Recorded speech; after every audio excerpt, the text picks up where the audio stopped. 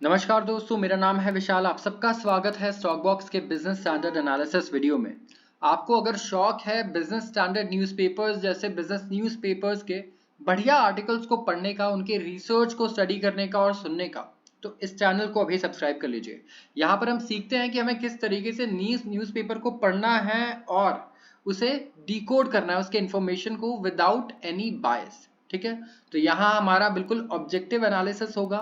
हम यहाँ पर फोकस करेंगे फाइनेंस, बिजनेस, इकोनॉमिक्स, इन चीज़ों को, और जो भी चीज़ें हमारे लाइफ में हमारे फाइनेंसेस को अफेक्ट करती हैं। ठीक है, जो भी न्यूज़, कोई भी इवेंट, तो उसे कैसे एनालाइज करना है। शुरुआत करते हैं आज के सबसे पहले आर्टिकल से। ऐसे आर्टिकल्स आप अक्सर देखते हैं न्यूज़ चैनल्स पर। ये आया है हमारे इन्फ्लेशन डेटा के बारे में। ठीक है, ये कह रहा है अगस्त रिटेल इन्फ्लेशन ईजेस टू 6.83%। 6.83% ईजेस मतलब ऑफ कोर्स ये इन्फ्लेशन जो है ये पहले से कम हो गया है, राइट। ये नीचे आया है तभी कहा जा रहा है कि eases to 6.83%, but still above RBI band. RBI ने एक बैंड फिक्स किया है, ठीक है, उससे ऊपर ही है, लेकिन फिर भी ठीक आया पहले से। तो देखते हैं कि इस आर्टिकल में क्या है। आज हमारा जो आप कह सकते हैं जो टॉपिक है वो इन्फ्लेशन के बारे में है। ठीक है, कुछ बढ़िया नए इसमें कह सकते हैं हमारे पास डेटा आ जाए तो इससे हम और बेटर एनालिसिस कर पाएंगे हमारी इकोनॉमी का। तो अब ये देखिए, आज अगर आप इन्फ्लेशन पर बात करते हैं तो देखिए ये पता होना चाहिए आपको कि जो रिटेल इन्फ्लेशन रेट है हमारा, ये 7% से नीचे आ चुका है। महंगाई दर मतलब महंगाई जो बढ़ रहा है वो अब 7% का जो रेट है ग्रोथ का, उससे कम रेट से बढ़ रहा है। तो इसका मतलब ये नहीं कह सकता है कि महंगाई दर ही मतलब नीचे आ गया, नेगेटिव हो गया, नहीं। कई लोग कंफ्यूज हो जाते हैं इन चीजों में। तो पहले मान लीजिए अगर 8% से बढ़ रहा था महंगाई दर हर महीने, अब ये घट के 7% के भी नीचे आ गया है। ठीक है, 7% के भी नीचे हो गया है। तो यहां पर आप देखें कि below the 7% mark in August, and industrial production जो है ये बढ़ चुका है, 5 मंथ हाई पर है। इंडस्ट्रियल प्रोडक्शन का बढ़ना बहुत अच्छी न्यूज हमारे लिए। इंडस्ट्रीज प्रोड्यूस कर रही है, इसका मतलब कि कंज्यूमर्स कंज्यूम कर रहे हैं। कंज्यूमर्स कंज्यूम कर रहे हैं मतलब इकोनॉमी ग्रो कर रही है इंडिया की। कंजम्पशन बढ़िया है तो हमारी जो कंपनीज है ये पैसे तो जरूर कमाएंगी कमाएंगी। अच्छा, तो जो लोग स्टॉक मार्केट में इन्वेस्टेड हैं, जो लोग जॉब ढूंढ रहे हैं, उनके लिए बहुत अच्छा डेटा है ये अगर आप देखें तो। और ऑफ कोर्स जिनके पास लोन्स हैं या स्टूडेंट लोन्स, किसी भी टाइप का डेट है, वो तो ऑफ कोर्स ये चीज़ है तो उनके लिए बहुत ज़्यादा इंपॉर्टेंट होती है कि महंगाई दर का डेटा जितना जल्दी कम आए, उनके लोन्स उतने ही जल्दी सस्ते हो जाएंगे, कम हो जाएंगे, इंटरेस्ट भी कम हो जाएंगे। ठीक है, तो अभी ये रिलीफ आई नहीं है, लेकिन ये आप देख सकते हैं कि फेस्टिवल सीजन से पहले गवर्नमेंट के लिए बहुत ही बढ़िया रिलीफ है ये। अब जो डेटा जितना भी आता है इंडिया में, आप देखिए, ध्यान रखिए, नेशनल स्टैटिस्टिकल ऑफिस से ही आता है, एनएसओ का डेटा होता है ये। ठीक है, इन्होंने शो किया कि जो कंज्यूमर प्राइस इंडेक्स है, रिटेल इन्फ्लेशन रेट जो है, ये 6.83% हो गया अगस्त में। 15 मंथ हाई था, 15 मंथ का 7.44 का आया था। ठीक है, और क्यों बढ़ गया था ये बीच में? क्योंकि वेजिटेबल्स के दाम आपने देखे होंगे, टमाटर 200 रुपए किलो बिक रहे थे, क्लोथिंग और फुटवेयर भी बढ़ गए थे, और हाउसिंग और सर्विसेज भी बढ़ गए थे। तो आप कह सकते हैं कि ये जो चीजें हैं ये महंगाई दर में काफी इंपॉर्टेंट रोल प्ले करती हैं, है कि नहीं। अगर मुझे आज महंगाई देखना है, गवर्नमेंट अगर महंगाई कैलकुलेट करती होगी कितने दर से बढ़ रहा है, तो उसमें सब्जियों के दाम भी लेती है, कपड़ों के दाम, आपके फुटवेयर के दाम, जूते चप्पल, और उसके अलावा हाउसिंग और सर्विसेज के दाम को भी देखा जाता है कि इनके रेट क्या बढ़ रहे हैं, कितने रफ्तार से बढ़ रहे हैं, तो वो महंगाई दर में इंक्लूडेड रहते हैं। अब देखें सेपरेटली फैक्ट्री आउटपुट ग्रोथ जो है, इसे हम मेजर करते हैं। अच्छा, आप बोले कि यार इंडिया में मैन्युफैक्चरिंग नहीं हो रही, कोई कहे कि प्रोडक्शन हम लोग हो नहीं रहा है, ये सब होक्स है। ठीक है, तो आप बोल सकते हैं कि आपको कैसे पता, आप कैसे मेजर करोगे कि इंडिया में मैन्युफैक्चरिंग प्रोडक्शन जो है, टोटल प्रोडक्शन है, ये बढ़ा है या घटा है। ये होता है इंडेक्स ऑफ इंडस्ट्रियल प्रोडक्शन से। आपको चुपचाप से डेटा निकालना है और ये पॉइंट आउट करना है कि देखिए, जो इंडेक्स ऑफ इंडस्ट्रियल प्रोडक्शन है ये एक बेंचमार्क है, ये बताता है कि फैक्ट्री आउटपुट कितना है हमारे इकोनॉमी में अभी इस वक्त, और ये बढ़ गया है, एक्सेलरेट हो गया है 5.7%। तो कोई बोले इंडिया में let's say manufacturing sector grow नहीं कर रहा है, सिर्फ सर्विसेज ग्रो कर रहा है या एग्रीकल्चर कर रहा है, तो आप कैसे डिबेट करोगे? आपको डेटा चाहिए, फैक्ट्स से करना है आपको डिबेट। तो फैक्ट्स ये है कि 5.7% जो है ये जुलाई में डेटा है। ये इंडिसेस आपको याद रहने चाहिए, इसलिए ये एग्जाम्पल हमने आपको दिया है। 3.7% था जून में, तो जून में कम था ऑफ कोर्स, अब बढ़ गया है। ठीक है, और माइनिंग में आप देखें अच्छा खासा, माइनिंग में 10.7% और पावर में 8% और मैन्युफैक्चरिंग में 4.6% का ग्रोथ आया। तो टोटल प्रोडक्शन है ये। ठीक है, तो प्रोडक्शन तो माइनिंग में है, पावर सेक्टर में है, और उसके अलावा मैन्युफैक्चरिंग सेक्टर्स में। आरबीआई के जो गवर्नर हैं शक्तिकांता दास, उन्होंने इस मंथ में कहा था अर्लियर कि जो इन्फ्लेशन है देखिए अगस्त में ये रहने वाला है ज़्यादा हाई रहेगा, क्योंकि जो पिछले महीने दाम बढ़े जुलाई में सब्जियों के वो एकदम से तो कम नहीं आएंगे, ठीक है, लेकिन आप एक्सपेक्ट करिए कि सितंबर के अर्ली से कम होना शुरू हो जाएगा, ठीक है, गिरावट दिखने लगेगी आपको महंगाई दर में, क्योंकि फूड प्राइसेस जो है वो कम होंगे, ठीक है, और सीजनैलिटी भी ज़्यादा दिन नहीं रहती, जैसे एक सीजन में वो महंगा है अगले सीजन में ऑफकोर्स उसका प्रोडक्शन आ जाएगा, सप्लाई अच्छा खासा मार्केट में आ जाएगा जो भी वेजिटेबल या क्रॉप है। तो रिटेल इन्फ्लेशन जो है अभी भी जो हमारा टारगेट, अच्छा यहाँ पे हम वापस यहाँ आते हैं, क्या बोला था, अगस्त रिटेल इन्फ्लेशन ईजेस टू 6.83%, ईजेस मतलब नीचे आना, लेकिन still above RBI band. RBI का बैंड क्या है, आरबीआई का बैंड जो है इन्होंने बताया अपर लिमिट है 6% इस बैंड में।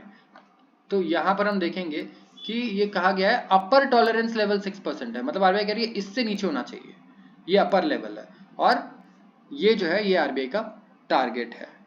तो अपर जो टॉलरेंस लेवल था इससे तो ऊपर ही आया, रिटेल इन्फ्लेशन का डेटा 6.83% आया इस बार, ठीक है, 83%, और इसके पहले कितना आया था, 7% के ऊपर आया था, 7% के अपवर्ड्स आया था, ठीक है।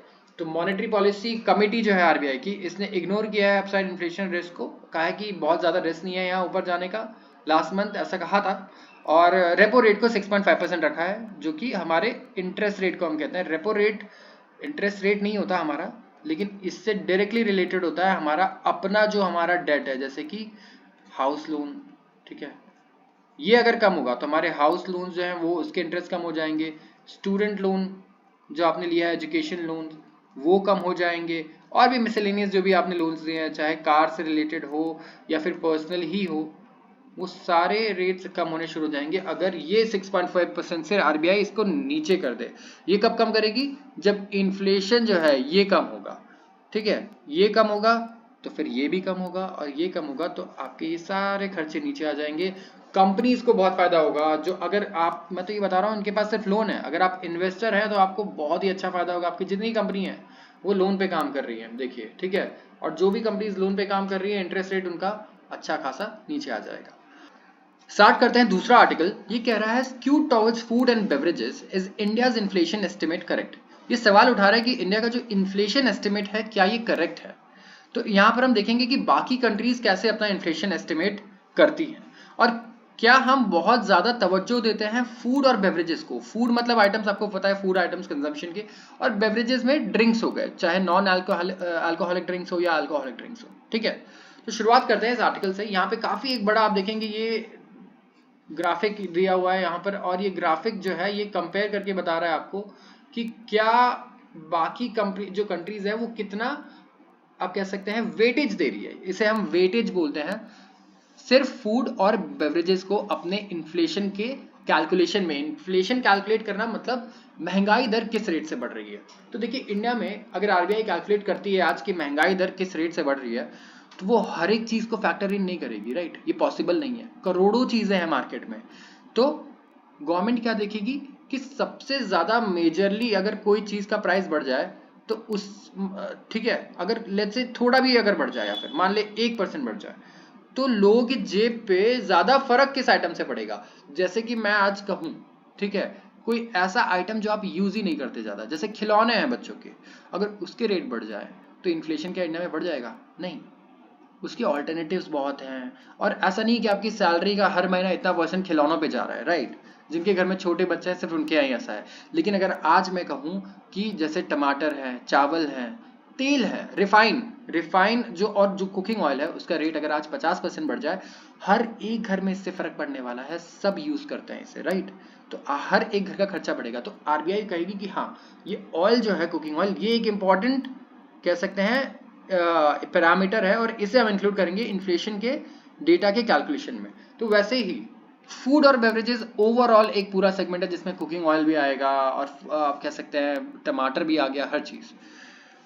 तो यहां पर आर्ग्यू किया गया है कई बार कि रिटेल प्राइस इन्फ्लेशन जो रेट है, ठीक है, इन जुलाई, ये बम्प जो आया इसमें वो इसलिए आया क्योंकि हम आउटडेटेड प्रायोरिटी दे रहे थे फूड और बेवरेजेस आइटम को कंज्यूमर प्राइस इंडेक्स के कैलकुलेशन में। कंज्यूमर प्राइस इंडेक्स क्या होता है, ये बेसिकली इंडेक्स है जिससे हमें पता चलता है कि हमारा इन्फ्लेशन जो है, ठीक है, इसे ये बढ़ रहा है या नीचे गिर रहा है, ठीक है। अगर आप बिल्कुल हम बेसिक एस्पेक्ट में देखेंगे ताकि हर एक इंसान को समझ में आए।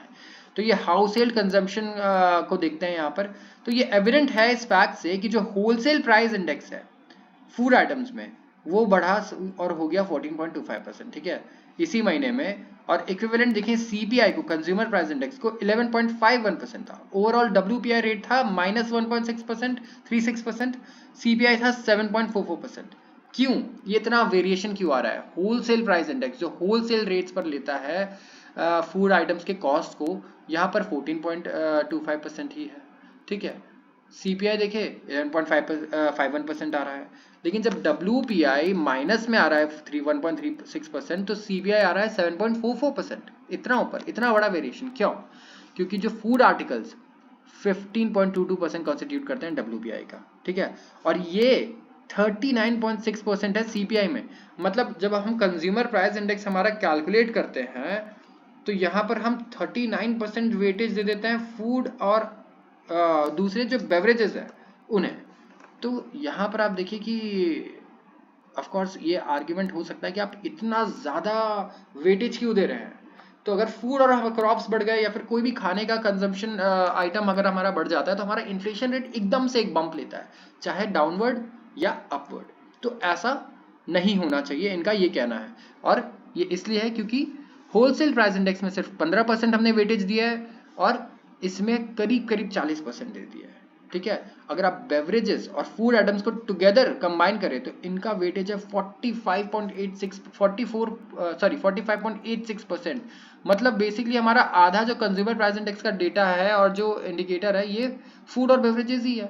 तो आज खाने के दाम बढ़ जाए, इंडिया में इन्फ्लेशन बढ़ जाएगा। खाने और पीने की जो चीज़ें हैं उनके दाम घट जाए तो इंडिया का पूरा इन्फ्लेशन ही नीचे आ जाएगा। एक ही चीज़ पे इतना ज़्यादा वेटेज है कि नहीं? तो ये डेटा मतलब एक नंबर है, इसके पीछे कितनी चीज़ें हैं ये आपको पता होना बहुत ज़रूरी है। तो यहाँ पे भी देखिए जो केस है अप्रोप्रिएट वेटिंग का फूड और बेवरेजेस का, इसे हम कह सकते हैं it can not be rested against the backdrop of situation in जुलाई अगस्त। हम इस केस को इसी पे नहीं रेस्ट कर सकते कि जुलाई में ऐसा हुआ कि WPI -1.26 आ रहा है और कंज्यूमर प्राइस इंडेक्स आ रहा है 7.44%, ठीक है, वो भी पॉजिटिव में, एक माइनस में एक प्लस में। तो आप ये कह सकते हैं यहाँ पर कि फूड और बेवरेजेस जो है जब लो रहता है ये इन्फ्लेशन को नीचे ले आता है, लेकिन फिर भी इनका वेटेज जो है यहाँ पर ये ओवर है थोड़ा, ठीक है, ये ओवर वेटेज है इनका इस इंडेक्स में। तो आप में से कई लोगों को तो पता नहीं होगा, देखिए ये चीज़ काफ़ी नहीं होगी कि सीपीआई वगैरह का डेटा कैलकुलेट कैसे होता है, लेकिन आप यहाँ पर देखें कंपैरिजन है, ये कंपैरिजन करके अगर आप रिलेटिव देखें ना सारे डेटा को तो काफ़ी क्लैरिटी आएगी। जैसे कि बांग्लादेश से शुरू करते हैं, फूड बेवरेज एंड टबैको, ठीक है, यहाँ पर ये जो डेटा है ये है per capita gross national income in dollars purchasing power parity in 2022, ठीक है। तो यहाँ पर देखिए GNI का मतलब होता है gross national income, waiting round of कर दिया है, PPP मतलब परचेजिंग पावर पैरिटी, ठीक है, और यहाँ पे WHO का ये डेटा है। तो ये क्या कह रहा है कि यहाँ पर देखिए food beverages and tobacco per capita GNI यहाँ पर कितना है? बांग्लादेश 7690, इंडिया 8210, और यहाँ पर काफ़ी सारा डेटा है, Laos, Philippines, Iraq, Jordan, Jamaica, Mongolia से लेकर टर्की तक, ठीक है। और यहाँ पर क्या दिया हुआ है? Per capita gross national income, gross national income जो है पर कैपिटा बेसिस पे, मतलब पर पर्सन कितना है। और इंडिया यहाँ पे ये देखिए कितना वेटेज देता है। वेटेज की कैटेगरी में इंडिया देता है 46%, अभी हमने पढ़ा। बांग्लादेश तो हमसे भी ज़्यादा देता है, खैर इन चीज़ों को 59%, काफ़ी अच्छा रैंक कर रहा है, तभी नंबर 1 पे है। और बाकी कंट्रीज़ को देखिए जो हमसे काफ़ी कम ही रैंक करती है फूड। और यहाँ बात क्या हो रही है इस चार्ट में, देखिए कंफ्यूज मत होइए, यहाँ पे बात हो रही है जो जितनी भी कंट्रीज़ हैं, ठीक है, वो कितना ज़्यादा वेटेज देती हैं फूड और बेवरेजेस को। हम इसी पे बात करें, हम कह रहे हैं इंडिया 45% देती है यहाँ पर, ठीक है, जो भी फूड और बेवरेज कंबाइन अगर आप करते हैं तो वेटेज हमारे कंज्यूमर प्राइस इंडेक्स के डेटा में, ये बहुत ही ज़्यादा है, इसको कम करना चाहिए हमसे ज़्यादा। लेकिन बांग्लादेश दे रहा है ऑलमोस्ट 60%, ठीक है, लाओस 36%, ये सारे हमसे नीचे हैं। और ये एशियन कंट्रीज हैं सारी, इराक हो गया, जॉर्डन हो गया, मिडिल ईस्टर्न कंट्रीज हैं, देखिए इंडोनेशिया है, साउथ अफ्रीका है, ये सारी डेवलपिंग कंट्रीज हैं, ठीक है ज़्यादातर। तो यहाँ पर आप देखिए कि ये जो भी डेटा है ये जो इस चार्ट में है, अगर आप इसे कंपेयर करें तो बांग्लादेश और इंडिया के अलावा कोई भी फूड और बेवरेज को इतना ज़्यादा इंपॉर्टेंस नहीं देता है अपने इन्फ्लेशन के कैलकुलेशन में, और वो और चीज़ों पे ज़्यादा आप कह सकते हैं वेट को डिस्ट्रीब्यूट कर पाते होंगे, क्योंकि हमने एक ही चीज़ को इतना कर दिया। जैसे यहाँ देखिए, यहाँ लिखा हुआ है, अगर बांग्लादेश को आप देखें तो पर कैपिटा इनकम जो है वो है $7,690, ठीक है,